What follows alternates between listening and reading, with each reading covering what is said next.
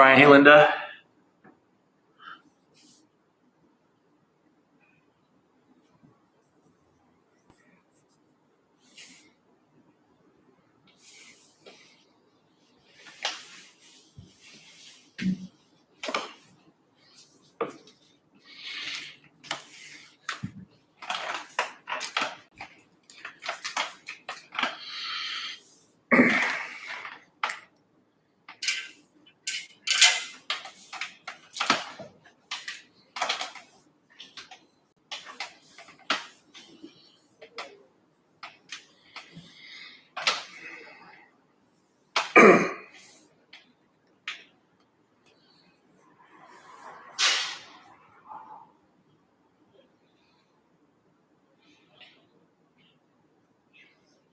We'll start in just a second. I'm just going to give another minute or so.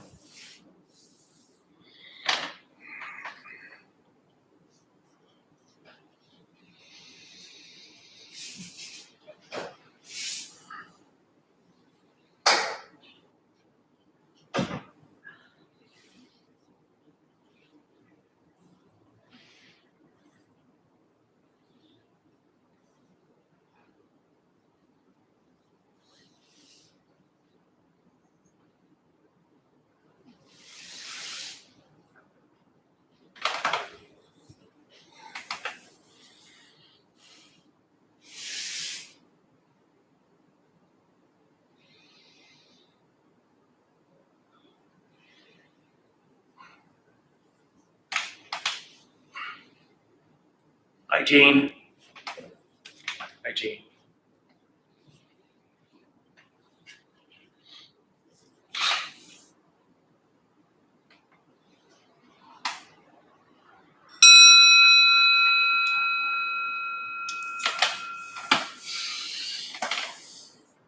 Welcome, everybody, to the Wednesday night meditation on loving kindness. My name is Alex. It is wonderful to be here with you tonight, as it is every night that I'm here, every Wednesday.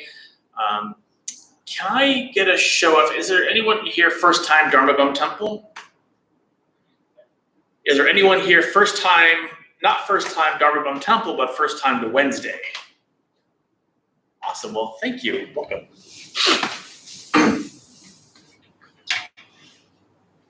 Okay, so this is a meditation on loving kindness. The word that we talk about in Buddhism is called metta, M-E-T-T-A, hi Eric.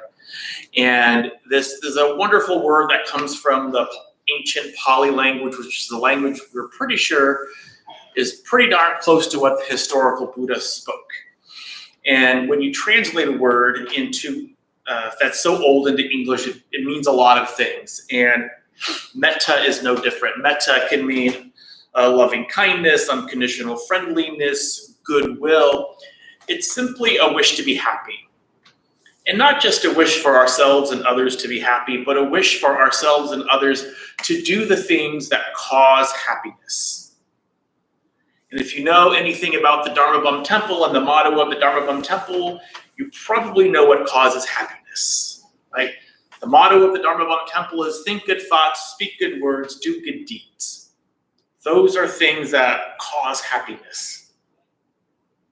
Right, and so that's what we focus on as a motto of the Dharma Bum Temple. That's what we focus on as a way to do loving kindness practice as well. And one of the wonderful things about this practice is the Metta Sutra from 2,500 years ago. And these are words attributed to the Buddha. And I kind of like to read them. I mean, sometimes I read this and sometimes I don't, but I want to read it.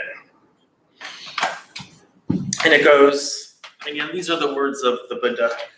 This is what should be done by one who is skilled in goodness and who knows the path of peace. Let them be able and upright, straightforward and gentle in speech, humbled and not conceited, contented and easily satisfied, unburdened with duties and frugal in their ways, peaceful and calm and wise and skillful, not proud or demanding in nature, Let them not do the slightest thing that the wise would later reprove. Wishing, in gladness and in safety, may all beings be at ease. Whatever living beings there may be, whether they are weak or strong, omitting none, the great or the mighty, medium, short, or small, the seen and the unseen, those living near and far away, those born and to be born, may all beings be at ease. Let none deceive another or despise any being in any state. Let none through anger or ill will wish harm upon another.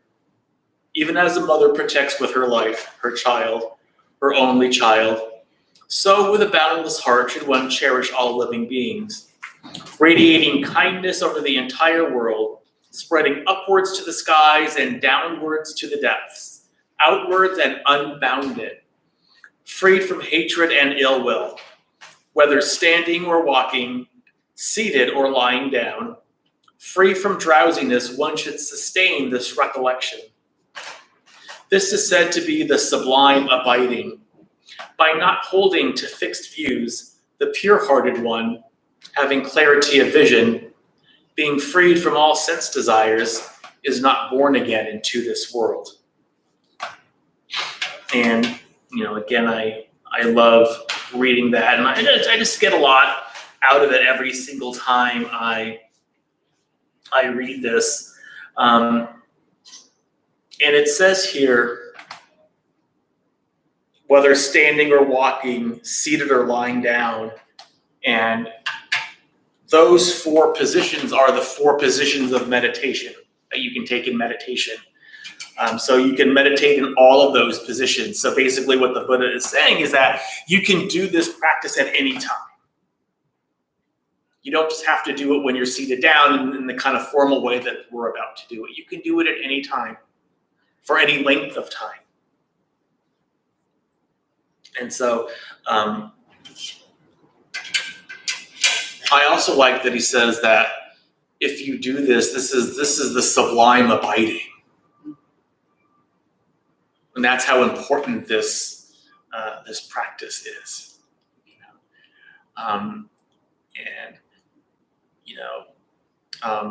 I was about to say something, but it just totally went. It just totally went. It's totally gone. All right. I will say, though, that we need this more than ever. In a world that's gotten so divisive and so difficult at times, and in some ways, we need this more than ever. So, all right. And so what we're going to do in this is I'm going to lead this loving kindness meditation. I'm going to tell you what we're going to do, just so there's no surprises. We're not going to do this the traditional way, because the traditional way doesn't really work for Westerners, in my view. This is just my view. So what we're going to do is we're going to do this practice for our benefactor first.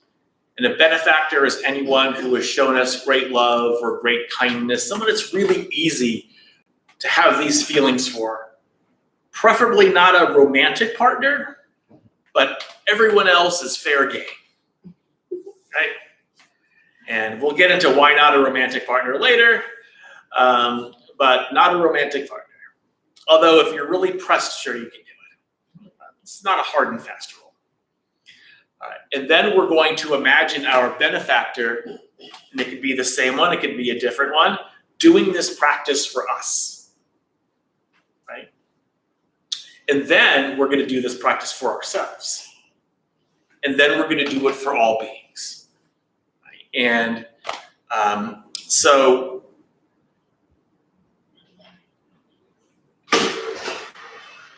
I've started telling you what we're going to do in this practice because people seem to like it. So they're not really surprised.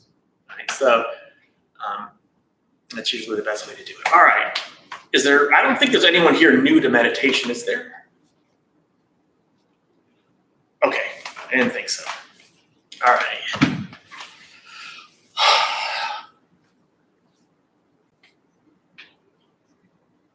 And there is one thing I kind of want to say, and I say this every so often, but I think it bears repeating. And I think it's just because of what I've experienced during the week or since the last time that I saw you or I was here.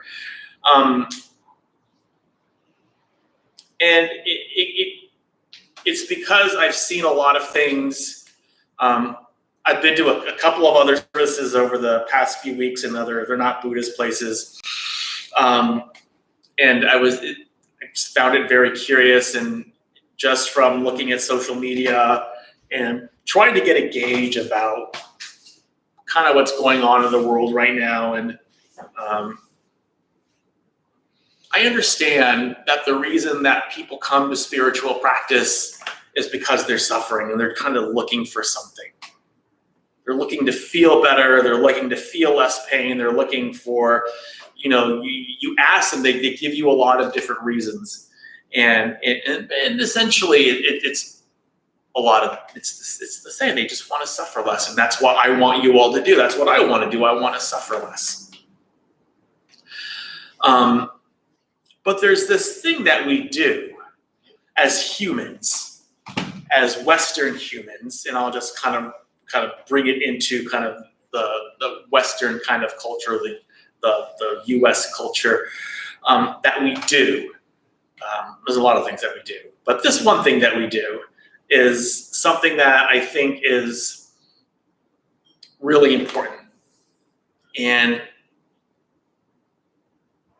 even though we want to suffer less and we want to be really, really serious about what we do, and we want to pay attention, and we want to meditate, and we want to concentrate, and we want to do all of these different types of things, and we want to practice loving kindness, and we want to practice mindfulness, and we want all these different types of things, the most important quality that you can bring to this practice is your sense of humor. And I'm not saying that to be facetious. I am saying that as a literal kind of thing. I actually mean it. Because no one, especially in this practice, is expecting you to be perfect. And we all have this kind of idea of when we come to this practice, we have this sense of self-denigration and self-hatred, as to put it mildly, that if we don't do something perfectly right, then we're a failure, or we did it wrong. And it's important to be able just to kind of laugh at yourself if you do something wrong.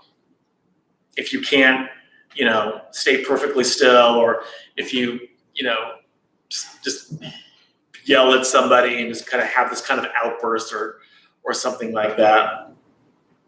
And it's important to understand that it's okay to make a mistake. It's okay. Try not to do it again, but hey, it's okay. And that these are, mistakes and, difficulties are going to happen on the spiritual path, whether it's in meditation or whether you're out experiencing your day somehow and something happens. And it's important that we're able to laugh at ourselves because, I look back at the last, 13 years that I've actually led meditation and probably 15 years that I've been into Buddhist practice, and oh my God, I've done some stupid things. I've said some stupid things up here that I wish I didn't say, and I've done some stupid things, mostly in my car, alone, and it just happens. And it's important when these things happen that you tell yourself that maybe I shouldn't have done that, but it's okay to kind of laugh at yourself and not be so hard on yourself. And so I encourage you as you're doing this meditation that you bring this kind of levity to your practice, and you bring this kind of, a joy to this practice, because that's going to help you so much. If you can smile during this entire practice, that would be really, really good. They have part of the Eightfold Path in Buddhism, and the Eightfold Path, for those of you who don't know, are just the kind of 8 steps to enlightenment, to the total extinction of suffering. And one of those things is called right effort.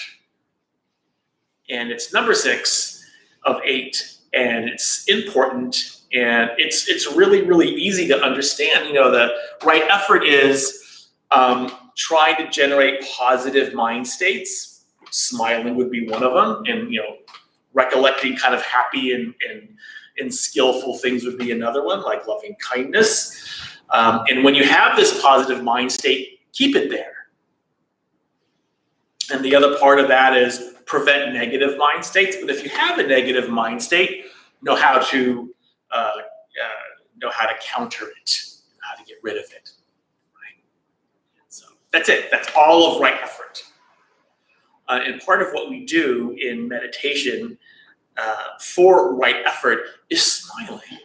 Smiling it just puts you in a better mood, especially if you're sitting and you're quiet and you're meditating and you're thinking of your benefactor, this person you care for so much. Smiling hopefully would come easy. And so if you could remember that, if at any time during this meditation that you encounter any difficulty, for whatever reason you can't concentrate, you can't think of a benefactor, you have this tightness in your chest because you can't accept this loving kindness from your benefactor or from yourself or from anything, it's okay just to smile through it.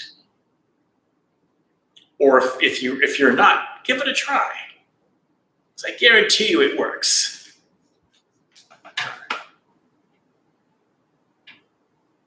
You've heard my spiel. Any questions before we start? Nope. Okay.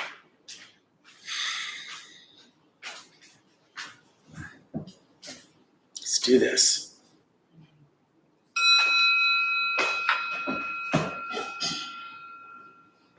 So just allow your eyes to close. Making sure you have that position that's nice and comfortable for you, nice and sustainable. And when we sit like a Buddha. And it's perfectly acceptable to imagine yourselves as a Buddha sitting underneath your own tree of enlightenment, because every Buddha has their own tree of enlightenment. You can pick any tree that you want. And imagine yourself there as a Buddha, just ready for the day's abiding. So at first, we're just going to get comfortable with the breath. So let's just take a deep breath all the way in and all the way out. At first, not forcing it, letting the breath be quite easy and quite natural. And even when we get into our meditation on loving kindness, we always want to make sure that we have about 25% of our attention on the breath, keeping us anchored to the present moment. And as we breathe, notice what kind of breath puts our mind and body at ease. Maybe it's a deeper inhale or a shorter exhale. It's perfectly fine to just experiment with the breath and see what's going to put the mind and body at ease.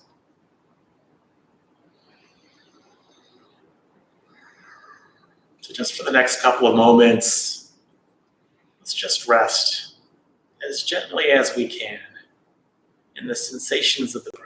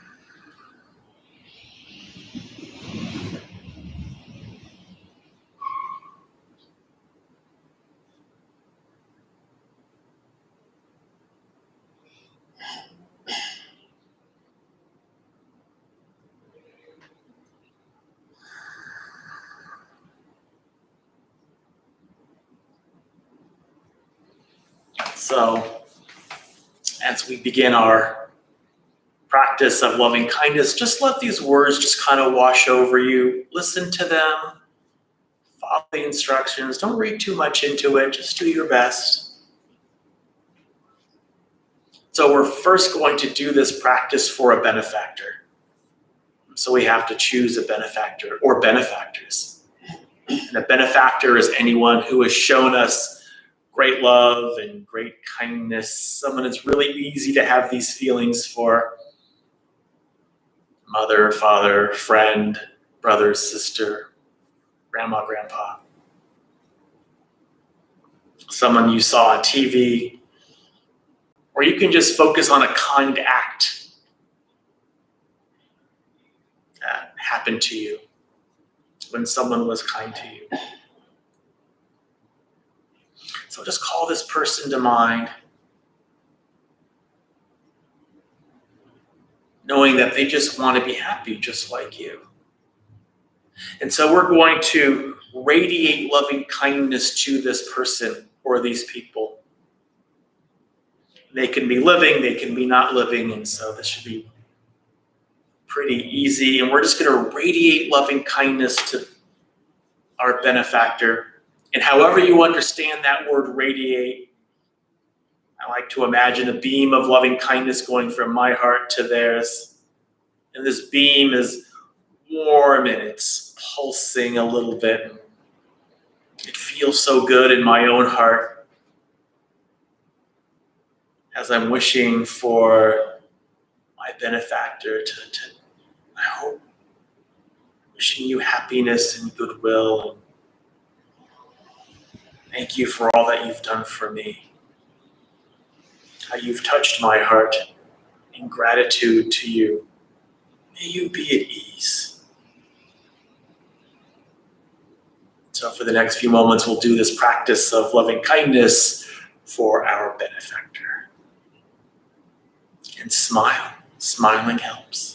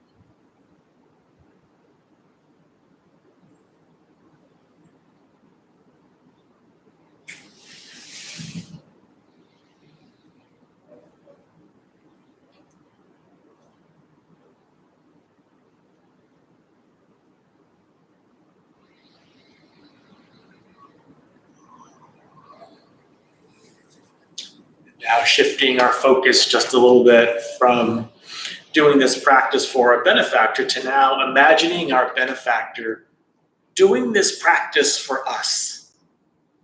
Our benefactor is our benefactor for a reason. We've already experienced their loving kindness. That's why they mean so much to us. So we're just going to imagine them radiating loving kindness to us. Our only job is just to receive all of their loving kindness into your own heart. You can even put your hand over your heart as you smile and receive all of their loving kindness. And if you feel any tension in your heart, any part of you that says, no, I can't take all of this, something that's kind of resisting it, that's okay. You can just smile and just breathe deeply.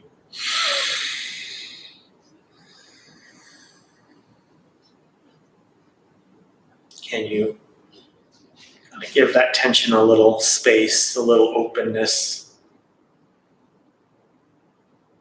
If you can, great. If you can't, fine. Just keep smiling. Just keep imagining your benefactor doing this practice for you, radiating loving kindness for you, and just receive as much of it into your own heart as you can. And we'll do this for the next few moments.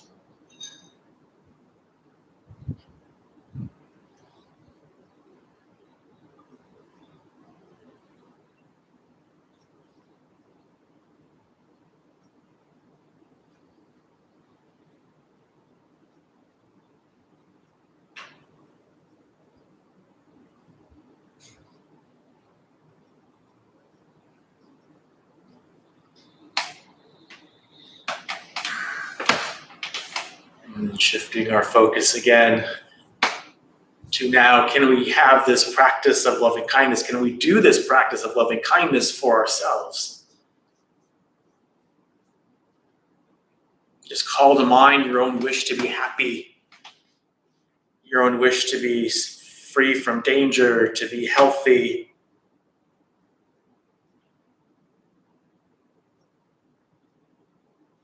And you can either radiate loving kindness to yourself, or you can even just repeat these phrases of loving kindness for yourself. And you can repeat one or more. Like, may I be happy. May I be safe from inner and outer danger. May I be well in body and mind. May I be at peace and live at ease in this world. And you can repeat one or more of these phrases just over and over and over and over, not trying for any result. Just noticing your heart's response to that. And this is where smiling really helps. You can even keep your hand over your heart if you want.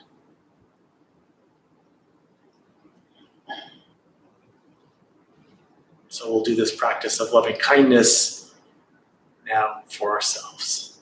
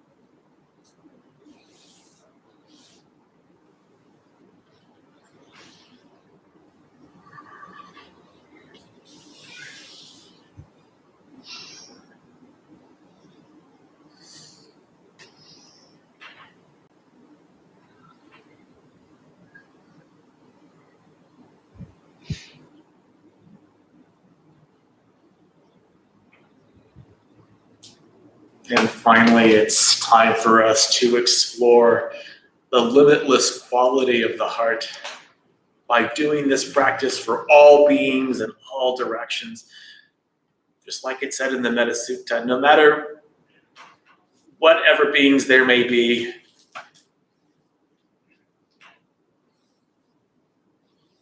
may all beings be at ease. So we just radiate loving kindness to all beings in all directions, just going out as far as you can.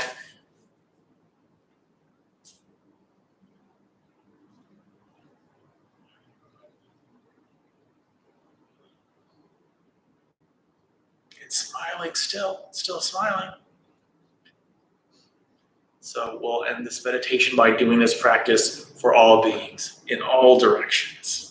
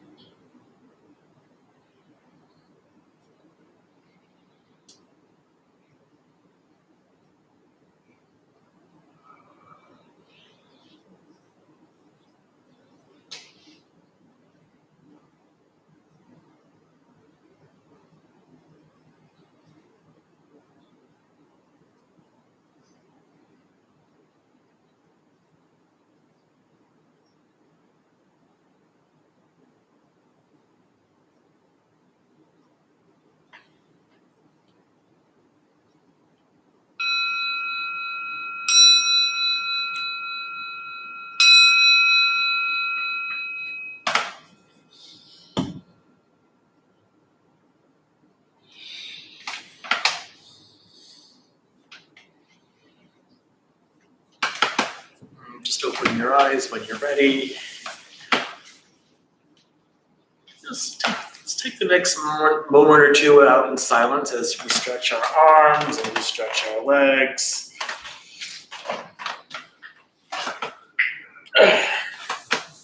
Keeping that mindfulness of loving kindness about us as best we can.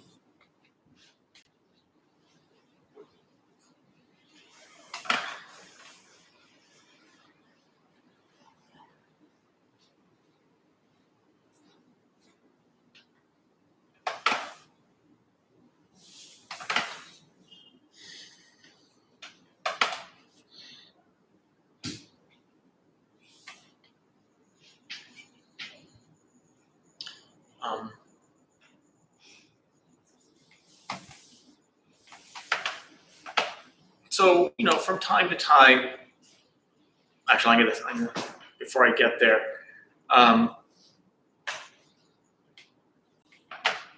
the precepts we take to become a Buddhist, to help us along on our spiritual path, these precepts of non-harming.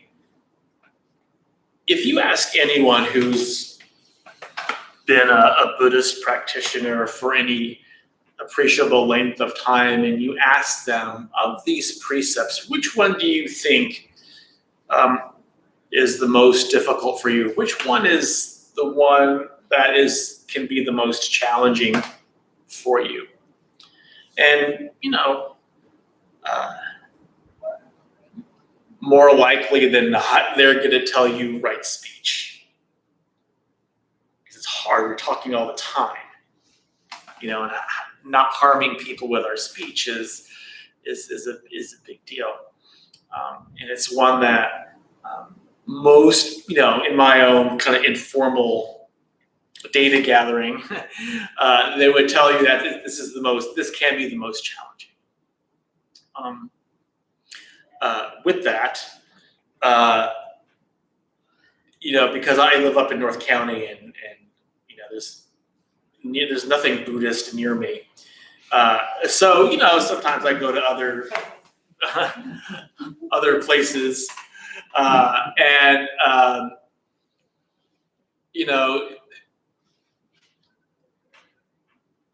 I'm really glad I'm a Buddhist, or that this is my practice. And I know that in a world of almost 8 billion people, I think 7.8 billion is the latest estimate, different people like different things, and that's great. Different people should like different things. We can't all be expected to like the same things, but I'm really glad I'm here. And sometimes I just kind of need that reminder. Yeah. So I just kind of, I don't know why I wanted to say that, but I wanted to say it. But I'm glad I'm here. So that was our practice on loving kindness. And so what I wanted to know, because I'm always interested in what your experience of meditation is. So I'd like to open this up to either any questions about the meditation, anything that was easy or not easy, what your experience of meditation was, any questions about Buddhism. If not, I have some specific questions that I can ask.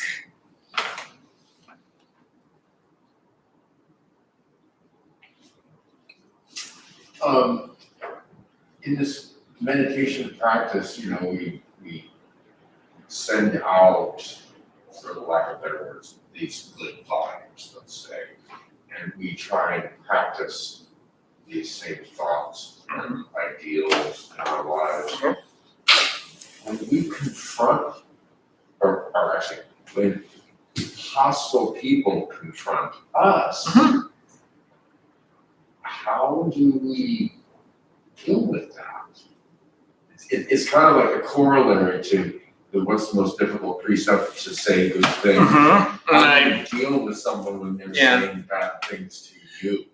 Right, and I think the thing you have to remember is you hear something like a practice of loving kindness, and you hear people talk about it, and you meditate on it, and you think that, oh well, if somebody is mean and hostile to you, you just thank you so much for telling me that.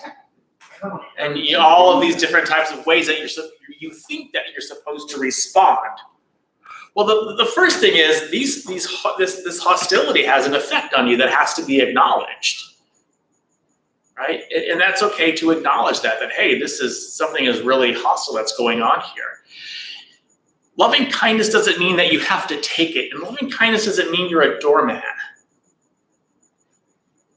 You can leave the situation, and that could be the most loving and kind thing that you do. Just to get up and say, I'm sorry. Yeah, possible. Don't apologize for it. Because you're not sorry, because you want to get out of there. I do that. Oh, we all do that. I'm not haranguing you for that. It's just. I know what you're saying, because sometimes we feel like, oh, but then we're being kind of weak and giving in and becoming a victim, and we still need to do that. Yeah, and so I've said this a few times over the last couple of weeks, the most compassionate people, the most loving people, the one quality, according to data, that they have is boundaries. Boundaries are so important. Boundaries mean that, yes, I have loving kindness for you, but part of that loving kindness means I'm not going to listen to you and allow you to kind of spew this just kind of, whatever it is, anger or something onto me. I mean, maybe later in your spiritual practice when nothing bothers you, then you can just kind of sit there and just hopefully try to engage with them and see the humanity and try to understand that, that what's causing this anger from them is a lot of delusion and a lot of pain that they don't know how to deal with. And so this is how they deal with it. Yes, that's also true. However, every, and this is the thing about practice, is that there's not like a hard and fast answer for every single situation you're ever going to be in. What is the situation? How are you reacting to this situation? What is your mind state? If it's not going to affect your mind state, then that's one thing, you can stay and engage. And sometimes you're forced to stay and engage because you're in a helping position. And that reminds me of I think the people I really feel for these days are nurses. And nurses and respiratory therapists and occupational therapists, people that have to deal with with people who are angry and fearful and terrified, and with their families who are angry and fearful and terrified. 12 hours a day, 6-7 days a week, maybe 16 hours a day. So they're forced to be in this situation that they don't have any control over, or families or them are terrified and maybe even acting out because they're so fearful because they're in such distress. I don't know how they do it. I mean, they pick a career that revolves around suffering. Mm-hmm. Yeah, no one goes to the hospital because they feel amazing. Right? Especially now. It's scary. Yeah, it's very scary. And it's very scary. And if you really, and I'm on social media, and I follow a lot of medical folks, just because for me that's where I get my answers. That's where I feel better. That's where I get my answers. And listening to them and listening to kind of what they have to deal with, and being so pained because these people, they didn't believe in a vaccine, and now they're on ECMO or they're on a vent or something like that where they can't speak, and when you're on these things, you're in a lot of pain because that's very, very painful. So, it's again, to kind of to go back to the question, it really depends on, a lot of it depends on the situation. If you can extricate yourself because you just kind of can't deal with it, or you shouldn't have to deal with it, then do so.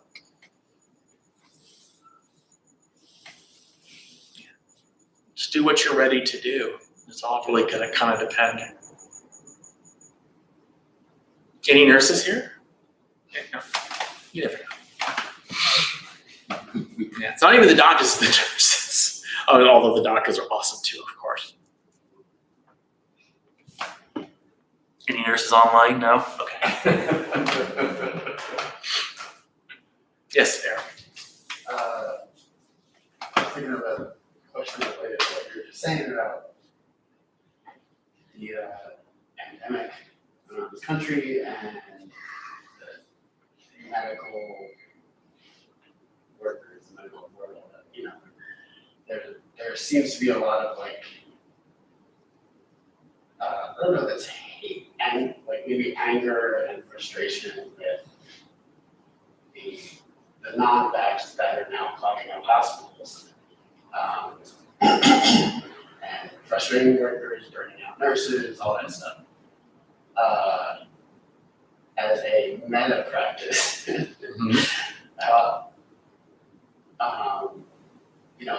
I'm not dealing with it personally. I mean, everything is kind of rolling down effect, but how do we do? That's a great question. And the question for the folks online is with all these people, with all these kind of protests that you hear in all these city council meetings and school board meetings where they're telling people to let my child breathe and, saying all these things that are really dangerous medically, because children are 1/5 of all hospital admits now, or all COVID cases, not hospital admits. Now and that's a really big deal. And all these people protesting hospitals where a year ago they were saying, "Oh, you're a hero. Thank you, doctors and nurses," to now these protests at hospitals saying, I don't even know what they're saying, but this is all fake, or this is stop doing something, or stop forcing us to take a vaccine or something like that. And now they're protesting the very same people that are burnt out and whatever. And to see all of that, well, what do you do? And a lot of times, from what I've seen, a lot of these people, you are never going to change their mind, ever. And so it doesn't do any good to put your attention on them, on that kind of hostility, on that kind of anger. That's not going to do anybody any good. Maybe if you're some advanced practitioner, the Tibetans over at there's this place in Escondido, and they're actually they're Tibetan, they're from northern India now, but they're awesome, and they are the most open-hearted, wonderful people. Maybe they can do that. But I always find that it's just better to place my attention on the people who are actually suffering, the people in the hospitals who are now seeing that, oh my God, I should have gotten vaccinated. Or the doctors, or the nurses, or the respiratory therapists, and all the other hospital staff that is burnt out and they're done. Placing my attention on them and my thoughts on them and my loving kindness on them, because they are they're really suffering. Because they have to see this day in and day out. And that's where a lot of my attention is, on these people. I mean, it's related, because I was listening to some news stories this morning where they're talking to doctors that are people are quitting, which is the most frustrating part of this, is that it's preventable at this point. Yeah. So then they're I can feel their frustration. Yeah. Yeah. And that is the frustration, is that it's preventable. And the thing about, I don't know how many people online are in California, but California has it really, really good. And the reason why California has it, one of the reasons why California has it good is because nurses can unionize. they actually have a nurses union, and they can't do that in a lot of. I think we're the only state that has a nurses union. Somebody correct me on that if I'm wrong. Either the only state or one of the only states. And part of that unionization is there's these staffing ratios where there are limits to staffing ratios. Like one nurse can only take care of no more than, I think it's 4 patients in some situation. I don't know if 4 is the right number, but a certain amount of number. And so they're looking out for the health and well-being of these caregivers, and that's really good. And I think California is the only state, as of I think today, that is not doesn't have like this kind of COVID advisory. We kind of got off some sort of COVID advisory. We're the only state in the union for that. That's awesome. And I'm just grateful for that. I'm grateful for that. Yeah. And our numbers are, in California, they're, not great, but not Alabama, not Florida, not Texas, not Mississippi. And a lot of my thoughts go to those people too, because, the suffering there is just incredible. And I want that suffering to stop.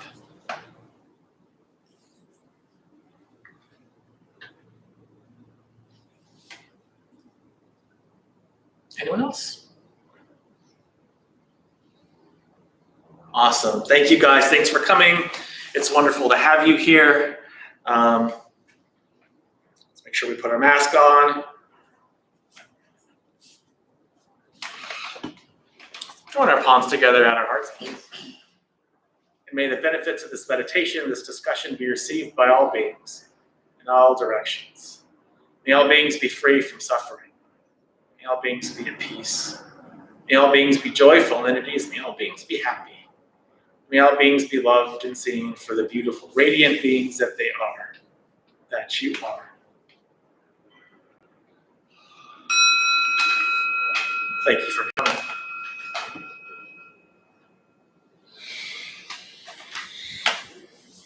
Thank you guys. It's wonderful to see you again, and we'll see you next time. Have a wonderful rest of your week. Much love to you all. See you next time. Bye, guys.